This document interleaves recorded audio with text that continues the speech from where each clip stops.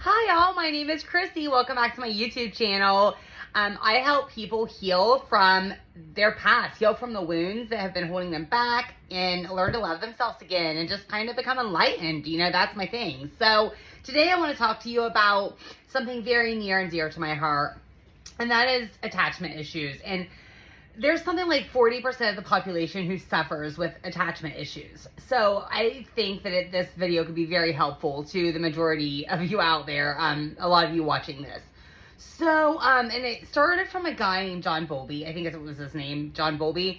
And he was watching, it was years, decades ago, watching children in an orphanage. And, excuse me, he realized that they just weren't thriving. Even though they had all of their needs, like their physical needs met, they weren't thriving. So basically what came from that, it's not in the DSM like 5 stuff yet, but it really should be because it affects us so much. So what happens as a child is we have 3 main types of attachment issues. There's another one that's kind of more rare. I'll mention it at the end, but the 3 main ones are secure attachment, okay? And then there's anxious attachment and avoidant attachment. So what happens is as children, as very young children, like babies, toddler age, so with secure attachment, what happens is these kids have their needs, when I say needs, we're talking emotional needs. They have their emotional needs met pretty much all the time. So if they need somebody there for them, they cry, they need comforted, their parents are always there. Their parents, you probably aren't, they're just always there. They learn to self-soothe themselves.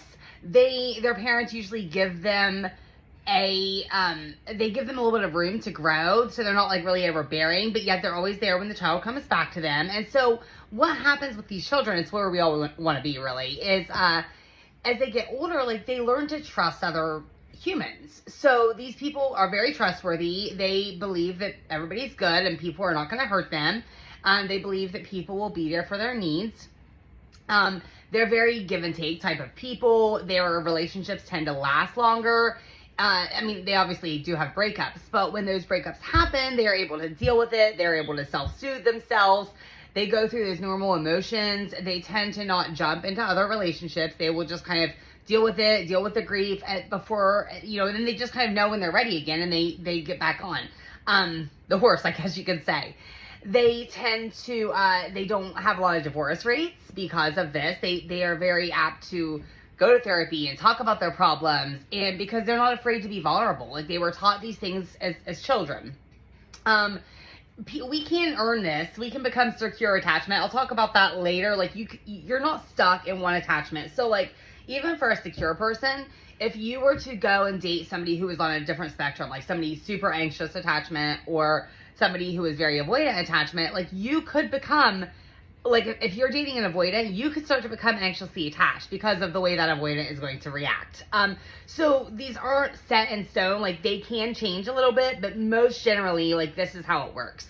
You know, like I said, 40% of the population has an insecure attachment type. And once you hit 40 and you're talking about like the dating pool, people that you're out there dating, that number doubles. So for all of you folks out there who are like over 40 trying to date, just be aware that the majority of people you're going to meet are going to have some sort of disorganized attachment thing going on. And so the key is to be becoming aware of this and becoming aware of your own and other people's, because it's not like you're never going to be happy. You can heal these things, and I will go over that. So then the next one, so that's just kind of a baseline of the secure attachment. So then we have, and I can't go much more into it because I honestly don't know of very many people. Like my whole life, I'm anxious attachment, and it's also called preoccupied attachment. And I've met a lot of avoidance and a lot of, like, I don't know a lot of secure people. So I don't have a lot of more like insight on that. But what I can talk to you about is anxious attachment, because that was me for years, for like my whole life. I don't know exactly where mine come from. I mean, from what I remember, like my parents were always great. I do know my mom was a little overbearing, and sometimes it can come from that because the child doesn't learn that the outside world is okay. They just learn to like rely on their parents. So so sometimes anxious attachment can come from that. However, most generally where anxious attachment comes from is their needs are sometimes met. So 1 minute they have a big emotional need, their parent comforts them, everything is good. The next time they have that need and they need comforted, the parent's not there to do that. So a disclaimer here, though, is this is not to blame our parents. We have to remember our parents did the best they could, okay? They did the best they could. Oftentimes, these things can happen because, like, a parent gets hospitalized. So there's many, like, stories out there of people developing some type of attachment disorder.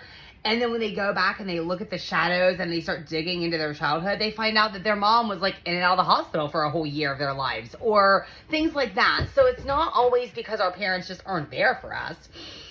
And something else to remember too is anxious attachment goes a lot with codependency. It can kind of go hand in hand. And oftentimes we pick up on that because we have a parent that suffers from it also. So if we have a parent that suffers from these codependency, anxious attachment issues, we can develop them ourselves.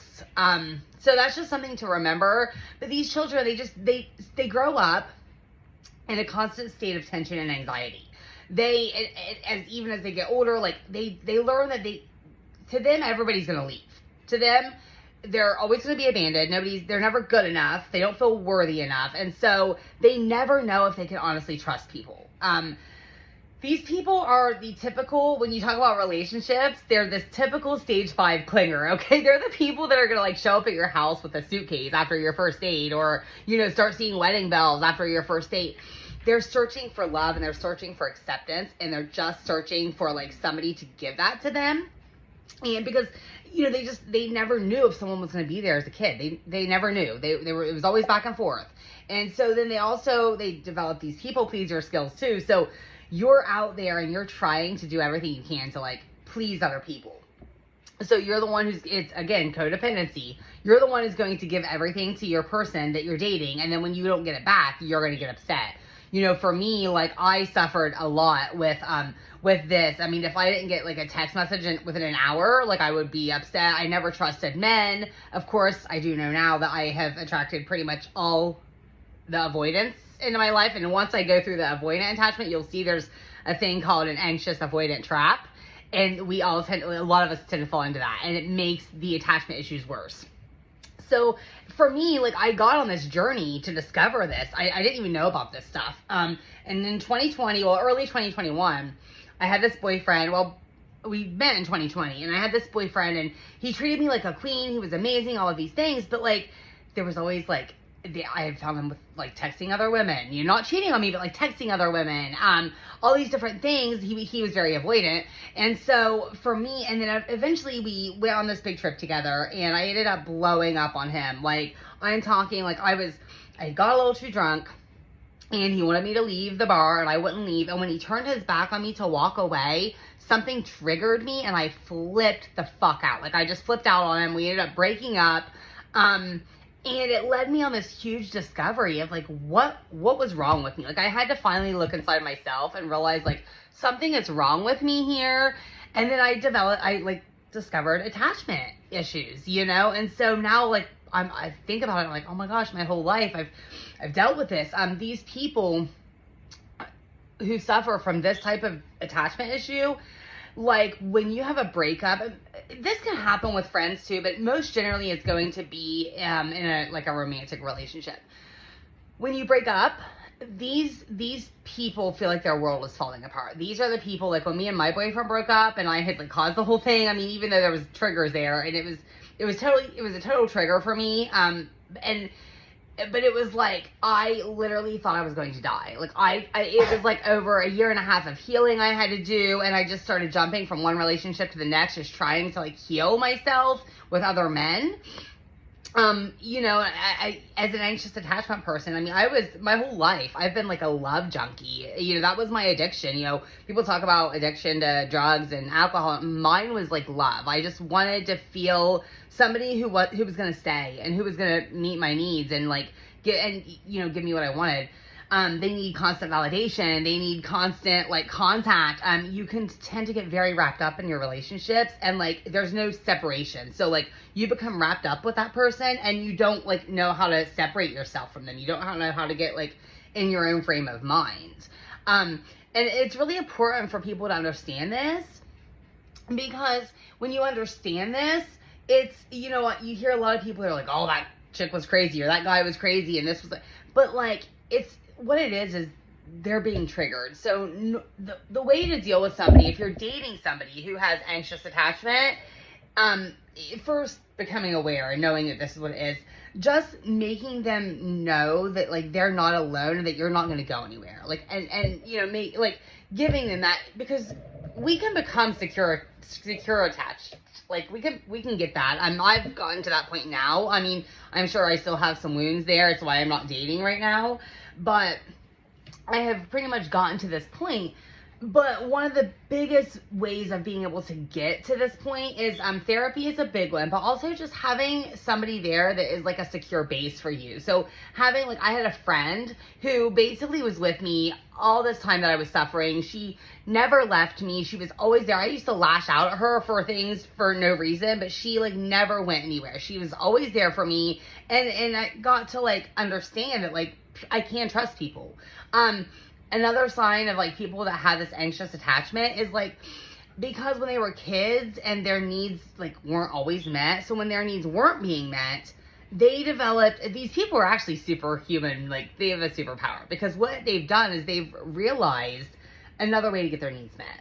So they weren't going to get there, so they start acting out, like they start throwing temper tantrums, they will cry, they will scream, they will manipulate to try and get their needs met. So they're just trying to figure out something that is going to help them feel better inside. I mean, when me and my boyfriend broke up, like I tried to manipulate him so bad, would like threaten him, like just, it was just crazy stuff that I would do to him. Feel so bad about all of this because it was horrible of me. But it went on for a really long time because I just didn't know how to deal with anything. I couldn't be alone. It was a horrible thing. So that's kind of some of the anxious stuff. Let's talk about avoidant, because you get into this trap. So avoidant attachment people, when they were children, what happened to them is their needs were never met.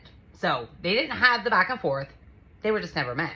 Like they never had the emotional support from anybody. So what has happened to these kids is they learn that they can't rely on other people. So they just feel like everybody's always just going to be after, like, on them, like too needy to them. These are the people that society looks at like a good thing. Like they're the super independent people, the people who don't need anybody.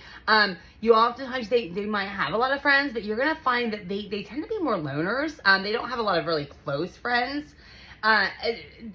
Someone who's on the high spectrum of avoidant is actually a narcissist, which we will be making another video about narcissism because it deserves its whole own spill. But a narcissist is somebody who is extremely avoidant attachment. And the thing to remember about all of these issues is that these people, it's all coming from the same place. None of them feel worthy. Like none of these people have felt worthy as children. So it's like a childhood wound that they have never healed, and they just don't feel worthy of love, but they just go about it different ways. So like the anxious person's latching, the avoidant person is like, oh no, I'm just gonna stay back here. The avoidant people, they soothe on their own. So they go off and they can deal with things themselves. Where an anxious attachment person, they soothe within the relationship. So when you have these two people, like the anxious person, if she gets upset or he gets upset, he wants to soothe within the other person. Like he needs other people to help him soothe himself. Friends, the relationship, whatever it is. An avoidant person, they're like the typical player. So when you think about a player, like, oh, this guy's such a player, he's probably got avoidant attachment. That's what they do. So, like, they're the typical 1 minute, they are, like, loving you, and they, like, want to do all these things with you, and then the next minute, they're completely different, and they don't even want to talk to you, or, like, they're all of a sudden, you might not get a text for 2 days. They tend to always have an out, which is usually another woman. Doesn't mean they're cheating on you, but they almost always have somebody else they've been talking to, or somebody else on the back burner, so that when things go bad with this relationship, which in their head and in the avoidance head, it's not gonna last. Like, it's never gonna last. There's always got to be an out, or just like, you know, a place where he can run. Normally what happens with an avoidant is everything is fine with them at first. Like everything will be fine. This is where the oh, I love you, I want to be around you all the time comes from. But what happens is once they start to develop feelings for you, once they get to a point where they're starting to actually maybe start to fall in love with you, that's when they push away. I bet there's so many of you watching right now who are going to relate to this moment, because this is the typical player. As soon as the feelings hit, they run. They might break up with you, or they're just not texting you as much. Starting to text other women now. All of those things. They often tend, and my boyfriend, we were together almost a year. I never met his family. I never met his friends. Like, it was never any, like, I was kept very secret. I felt like I was a secret. I felt like, and it triggered my wounds so bad, because I like, for a whole year, he just made me feel like I was not good enough. Like, I was not good enough to be seen with him in public. Like, we would go out to dinner and stuff, but like, his family, his friends, I was never on his Facebook. He never put me on his Facebook. Nothing like that. Like, and we were in a relationship for a year, and it was just like but it was because he, like, that's what they do. They don't want to be out there with you. It's just, but it's all coming from feelings of unworthiness. And what happens is, and avoidance are really hard, because they don't typically get help. They don't typically get counseling. I'll give you another example of me and my ex. So we had broken up, but like, we were still kind of doing our thing, like, still back and forth with each other. And he went to Mexico for like a month. Was in Mexico, was really missing me, and was really like starting to talk to me. He comes back from Mexico, and I saw it in his eyes. Like, he come back from Mexico, I could see like love in his eyes, and he was actually even talking to me about, like, he was on the verge. I could tell he was on the verge of wanting me to like go to dinner with him and his kids. Like, it was kind of getting, like, all of a sudden, after all this time, it was almost like he was right there, and he was feeling me, and he was acting like he wanted to really try and get back together and all of these things. 2 days later, I go back to his house, and I could just see in his eyes something had changed. Something had changed, and all of a sudden it was all gone. And I was like, what's going on? And it was the most, he was even able to relate. He said, I don't know what's going on, Christy. He said, I know what I felt for you 2 days ago, but it's not there now, and I don't know why. And he specifically said that. It's not there now, and I don't know why, but it was there 2 days ago. And I had already started learning about attachment at this time, so I was able to like kind of tell him, like, I think this is what you have right now. From what I understand, he has healed a lot of that, and he's doing great. We don't talk anymore, but I think he has got through a lot of it. But most of the time, these avoidant people, they avoid their feelings. Like, they don't even want to, like, they're the people who don't like intimacy either. They don't like to be like close and hugged. I mean, they might like sex, but it's not intimate to them. It's just sex to them. It's not something that they are really like wanting to delve into, like, feelings and all of these things. They just want the sex, and they're not super intimate with other people. So when you have an anxious, and you guys can probably already guess this, when you have an anxious and avoidant person who get together, they call it the anxious avoidant trap. So an anxious and avoidant people tend to be very drawn to each other. Nobody really knows why. Some of the theories, actually one of the biggest theories, is they think it's because it's a reflection, like, you're affirming your own beliefs. So for an anxious person, you're affirming that, like, people are always going to leave. That's what you've believed, and that's what you are comfortable with. So we always go back to what we're comfortable with. And so you're comfortable with that type of, even though it's toxic and it sucks, it's a comfort level. It's what you've known. People leave. And so, but then, like, as soon as you get in that relationship, it's like instant. I mean, you can go on one date and it's like instant. All of a sudden, anxiety just builds up. It's why I don't date right now, because I'm still healing, and I don't want to, like, get in a relationship and feel that anxiety again. I never want to feel that again, because every relationship I've been in, I would feel that anxiety, but again, I've always dated avoidant guys. Like, that's my whole life. I don't think I've ever had a guy that I could probably say was securely attached. They've all had, like, issues. And so, gotta hit this. Hold on one second. So you can probably guess what happens here. So the anxious person, pretty needy, needing a lot of validation, wanting lots of text messages, etc., etc. The avoidant person might give it to her for a while, or him for a while, because guys and girls, doesn't really matter. They can be either one. And, he might give it to her for a while. Everything's good. He might like the sex, whatever.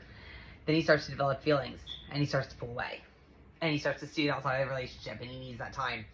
Well, then the anxious person's like, holy fuck, what's happening? Like, here it is again. They're going to leave me again. This is what always happens. And they start to pull.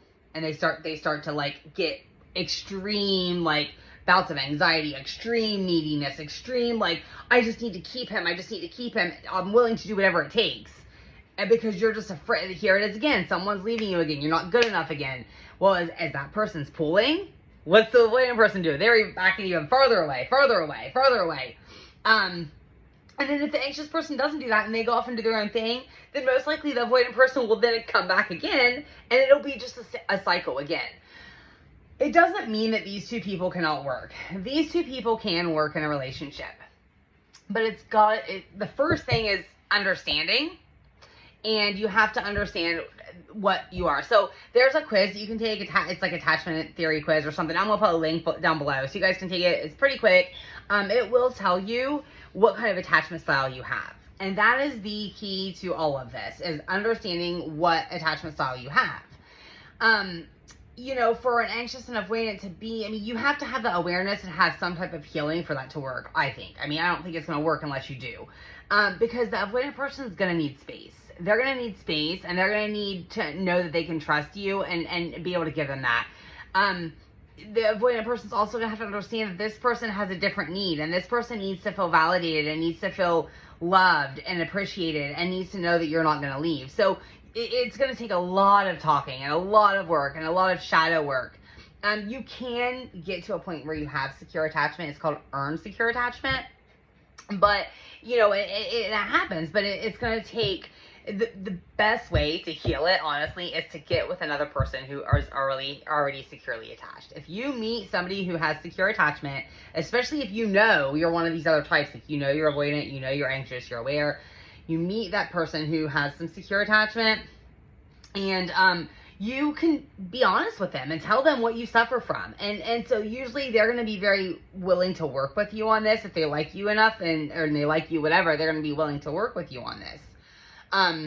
So, and you can tell, I mean, you can usually tell with one date what somebody is. I mean, an avoidant person they're not as apt to talk about deep feelings. It's going to be a lot more surface level.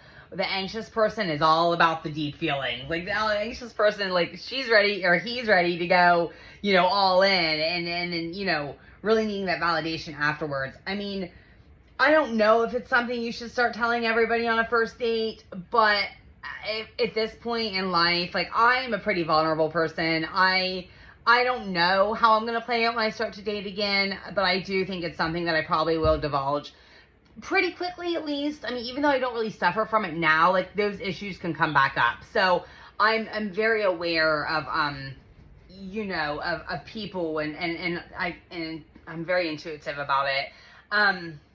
There is another type of attachment, and it's actually a combination of the fearful and the, which is the anxious attachment, and the avoidant. It's a combination of the two. It's very rare. It's like 5% of the population. And it's usually, I won't go a lot into it because there's not a lot in the studies, but that type of person is most generally comes from a very traumatic, like, you're talking abuse traumatic, like, childhood. Like, they've been abused, they've had a very chaotic childhood. They're the most likely people to walk away in a relationship because they are like, they're very anxious, they want to be with you all the time, but then all of a sudden the avoidant part kicks in, and they're so afraid that they're going to be left because they have the anxiety at the same time, and they will just run. They'll just take off, and they're typical ghosters. They will ghost you, they will just take off, and that's it. And the reason, like I said, the reason I think this is so important is because if you're out there dating, and there's probably a lot of people that will watch this who are dating, and you're my age, which is like over 40, a big majority of the population is going to suffer from one of these attachment issues. So you have to learn what they are. You have to look for it and be able to work with it. And like I said, you can work together with this. You just have to know, like, if you're anxious, the avoidant person is going to need space. Like, they need a little bit of space from you. You can't be all up in their shit all the time. But that avoidant person also has to give you validation. So you know, maybe they need some space. You can't be around all the time, whatever. But they need to, like, at least, you know, let you be able to voice your fears and you know, they should be, like, texting you, like, if they don't want to be with you that night, like, oh, well, you know, I just need some time tonight, you know, but still, like, it wouldn't hurt for them to go, like, they still need to reach out to that anxious person and be like, hey, how's your night tonight, how's it going, and still, like, communicate with them, because if not, the anxious person's going to assume they're cheating, and that's just how, because that's what they're used to. Most likely, at this stage in our lives, if you're in your 40s, most of those people have dated avoidant people in the past, and they're to a point where everybody's cheated on them. Nobody ever stays. So you just have to like be mindful of each other. Again, therapy is probably the number one key to a lot of this, is being able to go to therapy and be able to talk to a therapist, because that becomes your secure base, and that becomes the person that you know isn't ever going to leave you. Like, you can sit there and yell at your therapist, they're not going anywhere. That's what they're there for. And so you learn that you can trust people, and you learn that your secrets will be safe. Friends, and like I said, getting in a relationship with a securely attached person, that's great. Friends are great. Mine was able to heal through my friends, because I had friends who were there for me. Even when I yelled at them, they never went anywhere.